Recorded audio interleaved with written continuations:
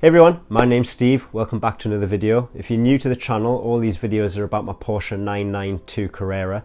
If you want to see more about the car, please remember to hit that subscribe button. In today's video, I'm going to go through the new 911 Porsche Digital Dash. If you watched my previous video, 5 things I think Porsche should fix about the 992, I discussed how the fuel gauge couldn't be added to the customization window. There is a slight bit that I missed out there that I meant to explain, that the fuel bar is actually there on a view, but it's on the general view and you can't change that setting. So when you go to customization, there is no way to add that fuel bar back, and I just don't understand why. So I'll show you a picture of that fuel gauge now and you can see that it is on the general settings.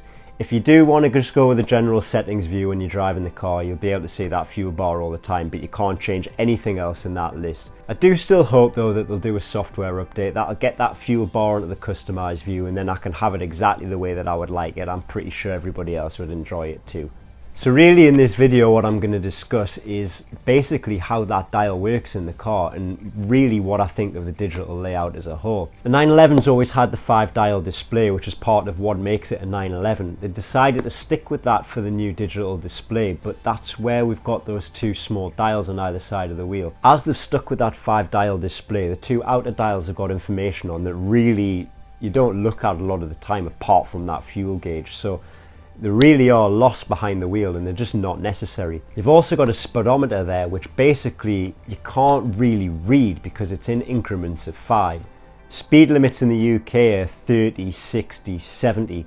It's very difficult to read that on that display, and when you've got the digital number at the bottom of the rev counter, you just look at that all the time. So you really are focused on that central rev counter, and I can see why they left that there as a focal point of the dashboard. So what I thought I'd do is go through that right hand dial and just explain a little bit how you gain access to it. The main change in dial with all the information has got a list that you can access from the settings menu, and within there you can actually tick the boxes and decide whether you want them all in that list.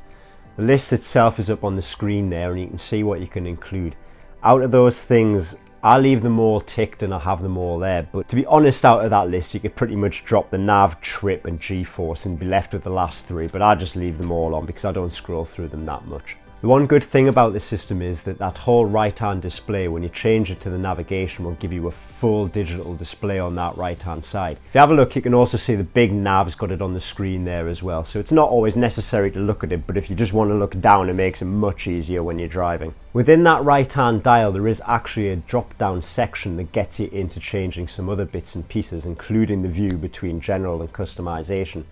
You click the scrolling button on the wheel and you'll be able to drop down into the main menu that will give you the options to go through some of the other settings. For a quick bit of information, this is where you go to check your oil, and it's a digital oil display and you can see it on the screen there. To actually get in and change it between general and customization, you go to the bottom one and you click on view. Within that you can change it to whether you want the general one, which comes with the car, which does include that fuel bar, or you can set it to the customized one, which you can set through the main menu in the PCM settings. The one thing you'll find about the new software with the PCM on the main screen is that it now incorporates all the air conditioning information. If you go to that screen, you can set up every setting there now from the PCM, because what they've done is they've removed all the buttons from the actual dash console, so that all you can control now is the either side temperature and the fan speed. So what do I think of the digital dash in comparison to the Cayman that I had? The thing about it is the Cayman's always had 3 dials, and the right hand side one controlled most of the information you can see now on the 992. On the previous 991 you had one of those displays actually held all of the right hand side information and the rest was still analog. To be absolutely honest, all the other cars I've seen that have switched over to that full digital display have just gone with one entire screen, and you can get all the dials on there, you can mix it up however you want to, you can get the full nav and everything. I'm wondering whether the fact that they've stuck with this rev counter in the middle means that all the other dials that they've added on to keep the 5 in play there are a little bit redundant now. Should they have just gone with a full digital dash? Yes, I think maybe they should have done. My personal feelings on it is it's very nice that they left the 5 dials, but I would have liked a little bit more customization because I don't really look at the 2 that I can't see. Therefore it would be nice if I could change them to something else that was maybe useful that I didn't need to see all the time.